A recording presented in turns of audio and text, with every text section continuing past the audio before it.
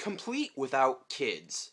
That's the name of a series of articles I've discovered on Psychology Today, and I will link the particular article I'm talking about today in the video description below. Now, this article posits the claim that statistically, couples that do not have children are more likely to be happy in their lives than those that do have children, and there are a few reasons posited for this. Some of these reasons are these couples are more likely to spend more time focusing on their health, which healthy individuals tend to be happier.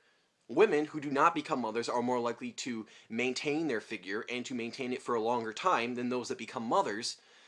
But I believe the most important point that was made was the point that these couples have more times to focus on their own personal goals and happiness, as well as the building of their relationship. They have more time to focus on their personal love and establish what it is that they really care about in life.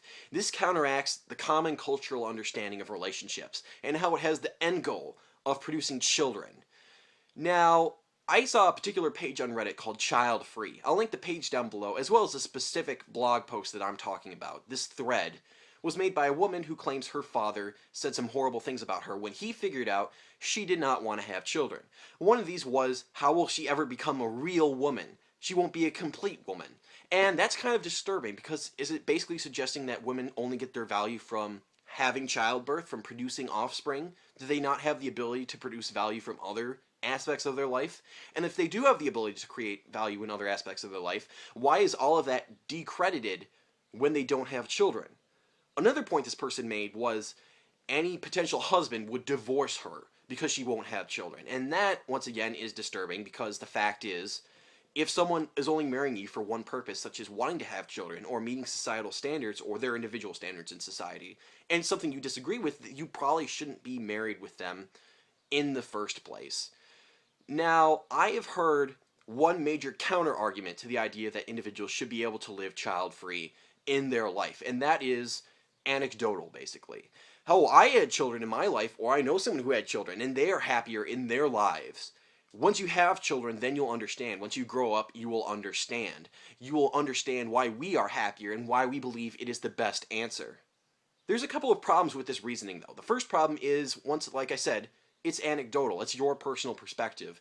And it may have worked out in your life. And that's a common misconception I think many people might have when they read this article. I don't think that as a whole, people who become parents are just less happy than those who do not become parents. I believe it's an average. And that average for people who do have children is brought down by all the people who should not have children, yet do anyways.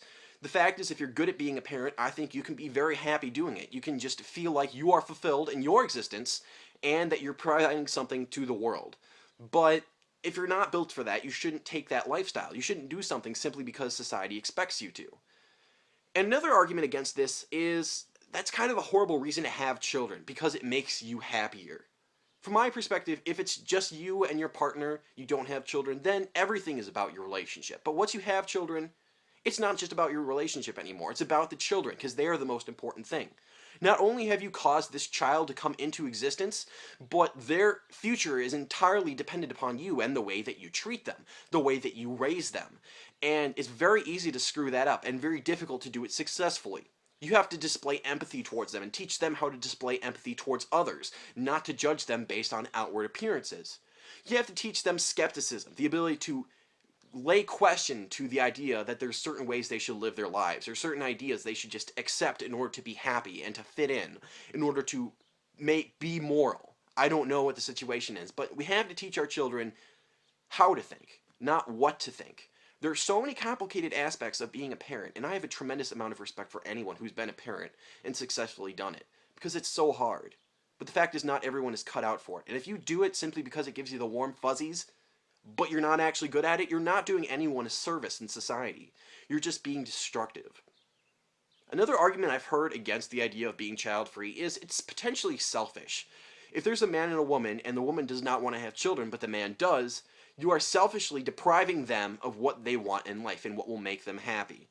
This sort of reminds me of a common societal situation that comes up, I think at least once or twice in everyone's life. This is when you have a friend who's dating someone else, and they have nothing in common at all. They always fight, they're never happy, they never have fun, and they ask, what can we do to fix our relationship?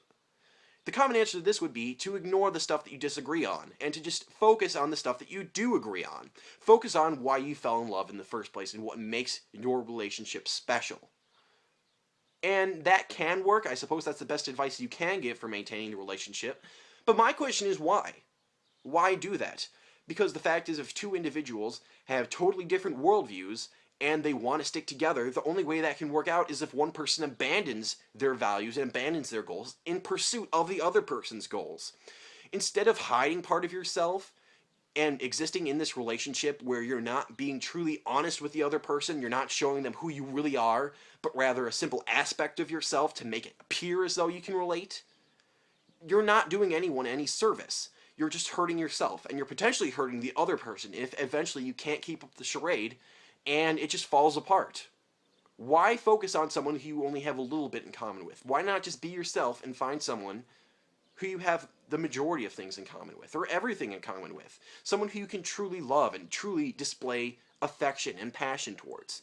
I believe that's the most important thing. And if you're hiding this, you're not saying that you have this personal worldview, then when it comes out, it'll be a problem. But if you're upfront about it, people won't be able to say much. They won't be in a relationship with you, and you can get in a relationship with someone who does think the same way as you.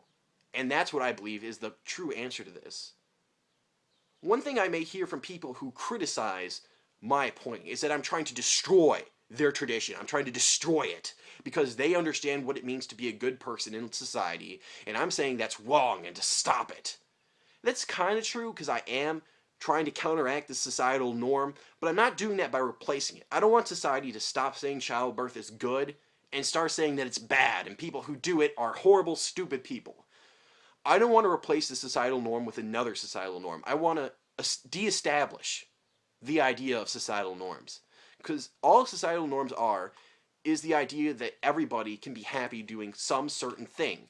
So you're going to force people to do things that they would not have done otherwise. From my perspective at least, society works best when you maximize freedom in the lives of individuals. You allow them to make the sort of decisions that they view as best for their situation. When they're happy with their lives, they throw more effort, more energy, more devotion into their lives, into their activities. If you force someone into a situation where they're not happy, it's not going to work out. I believe there are plenty of people who can be happy raising 10 children. And there are plenty of people who are happiest when they don't have children. Why not just allow individuals to explore themselves and decide what will make them happy? Why force them to accept some standard that doesn't necessarily apply to them and make them happy in their own right? I believe that the best way to make society happiest is to respect the fact that several individuals have various things that can make them happy. That's my goal, is to enable happiness. And I believe this is the best way to achieve it. Thank you.